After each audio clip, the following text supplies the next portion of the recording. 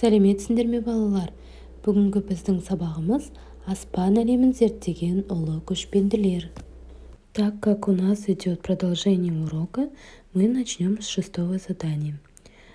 Здесь вы должны внимательно еще раз прочитать текст 3 тапсырма и написать, вставляя пропущенные слова. Қажетті сөздер, нужные слова, которые мы должны вставить в этом тексте. Мысалы, көшпенді түркілерді аспан әлемінің құпиясы қызықтырған.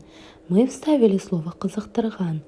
Все идет по тексту, надо просто найти эти предложения в тексте. 7-ші тапсырма.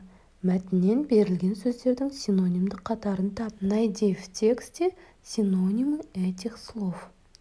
Например, бұрыннан, ежелден, сыр, құпия. Это задание устное. Для этого вы должны в тексте незнакомые слова перевести. 8-ші тапсырма.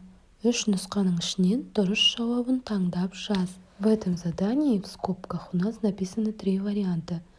Вы должны выбрать правильный вариант. 9-ші тапсырма. Суретті пайдаланып, ежелгі түркілер өмір сүрген ұлы дала тақырыбында сипаттамалық мәтін құра. Напиши текст описания, используя картинку. Келесі тапсырма. Берілген сұрақтарға жауап беріп, диалогты толықтыр. Дополни диалог, отвечая на вопрос. Это все по тексту. Ответы мы можем найти в тексте. 1-ші тапсырма.